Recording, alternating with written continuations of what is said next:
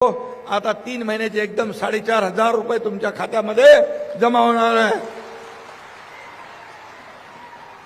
आणि मी हेही सांगतो, कोणी माईकाला आला तरी माझ्या लाडक्या बहीण योजना कधीही बंद होणार नाही।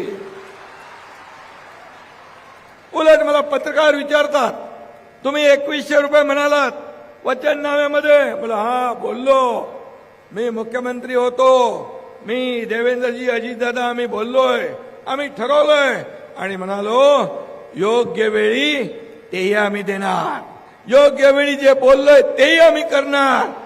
आम्ही कुठलेही फुकटचं आश्वासन देत नाही, जे बोलतो ते करतो। माझ्या लाडक्या बहिणींना स्वतःच्या पायावर उभं करायचं, त्यांना लखपती झालेलं आम्हाला बघायचं। हा शब्द आहे एकनाथ शिंदेचा। तुम्हाला मी सांगतो, जे बोलतो आम्ही ते करतो।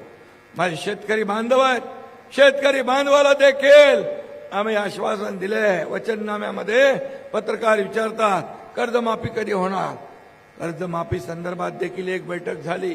मुख्यमंत्री आमची, अजितदादा आमची बैठक, तेव्हा अजितदादाही होते, बैठक झाली। आम्ही एक कमिटी गठीत केलेली आहे आणि या कमिटीचा अहवाल आल्यानंतर जे बोललोय आम्ही, कर्जमाफीचं आश्वासन दिलंय, माझ्या शेतकऱ्यांना मी सांगू इच्छितो, विश्वास देऊ इच्छितो, तोही निर्णय आम्ही घेणार आणि माझ्या शेतकऱ्यांना देखील दिलासा आम्ही देणार।